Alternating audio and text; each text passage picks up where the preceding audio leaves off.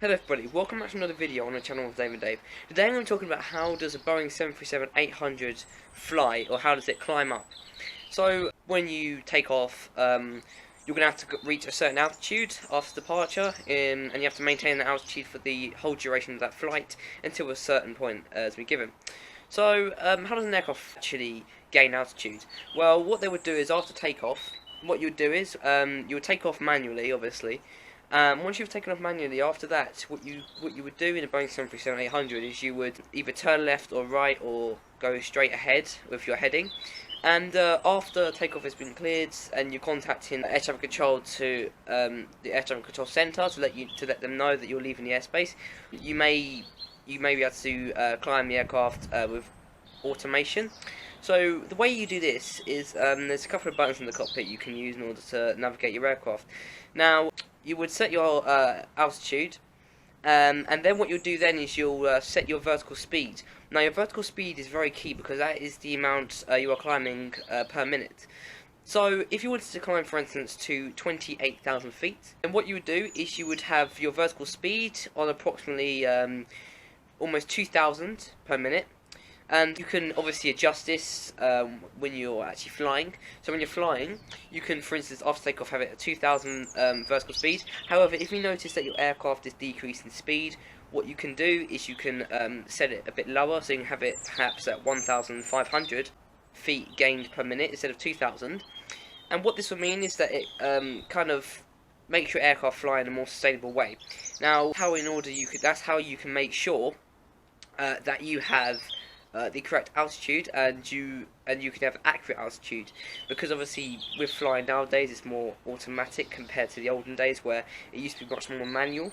But now once you've done the vertical speed and you're climbing up to that altitude, there will be certain points at what altitude you can actually fly at. So with a flight, typical Boeing 737-800, there will be a point, so for instance you'll have to fly up to 12,000 feet. And then once you've been cleared again, you can then climb up to your further 28,000 feet, which will then mean that there's steps in order to get up to your altitude. And there's also a takeoff checklist as well. After departure, what you have to do is you have to turn your APU generator off, and the APU generator is basically what starts up your engines, and it also cools down the aircraft when your plane is resting at the gate, as the engines aren't actually turned on. Now, the reason why I turn the APU off is because of the APU bleed.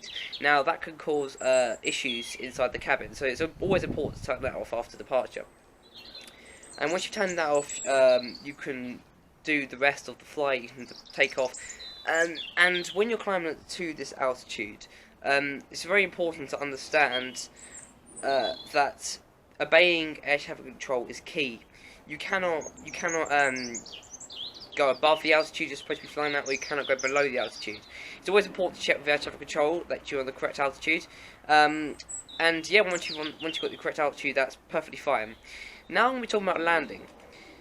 So when you're landing, there'll be certain points given at what level you can descend to, what level you can descend to, your flight altitude level.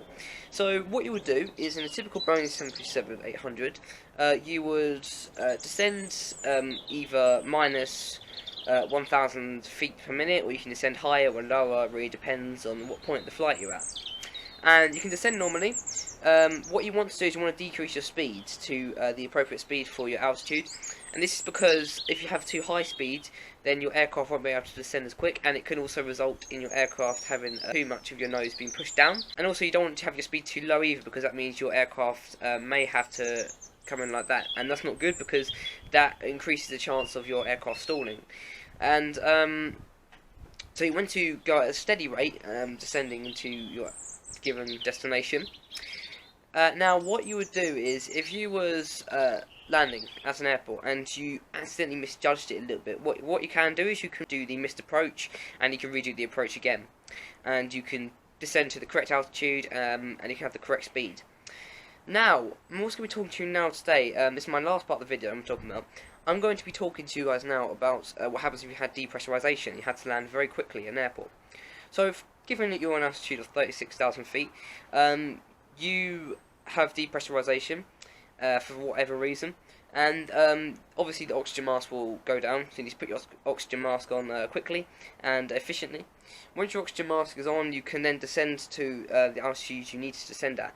Now, with vertical speed, there is a maximum you can actually go to where you're actually descending.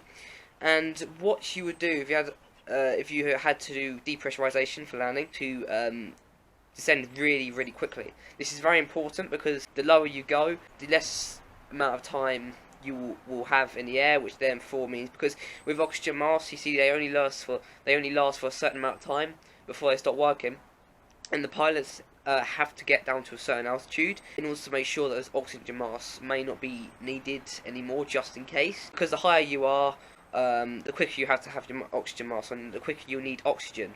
The lower you are, you won't need as much oxygen in the aircraft. This is simply because you are at a lower altitude, and it's also to do with the air. You have to descend really quickly. Now, what this also may mean is you may have to decrease your speed very quickly as well, and so obviously you want to do that correctly with your vertical speed. Now, another thing I want to talk about as well is that when you're flying and you're descending, is if your speed is too high or your altitude is too high, you can actually arm the speed brake in mid-air with the Boeing 737-800. Pilots have to do this very often because if they perhaps have gotten the shortcut for the flight and they can land quicker than they expected, they'll have to descend quicker, which would mean that they'll have to decrease their altitude, so they'll have to use a speed brake in order to do so. Once they have decreased their altitudes, they can then land correctly and safely, and the speed will be also decreased as well in that time. So just in case your speed's too high, you can use the speed brake in order to decrease your speed. So guys, I hope that's all covered it all for you today. So when taking off, after a certain point, it'll be automated, and you can fly with your vertical speed at the designated altitude you'll want to fly to. And obviously, at certain points, you'll have to be at a certain altitude of the flight. And when you're landing, it's relatively similar as well. You have to land you have to have your altitude at a certain point before landing, which would also require your vertical speed to be at a certain level. And your speed as well follows, and you can also use a speed brake just in case you want to decrease your speed or decrease your altitude. And finally, if you had to land your aircraft very quickly because of perhaps depressurization, you will obviously have to descend quicker and have to slow down quicker as well. Okay guys, that's it for today. Thank you all very much for watching. I hope you've all enjoyed today's video. If you have, please hit the like button. If you haven't, you're more than welcome to just like the video. However, I'd like to know why you didn't like the video and just perhaps tell me some tips to improve on in the future. Thank you all for choosing to watch this video, and have a lovely rest of your day. Bye guys, see ya.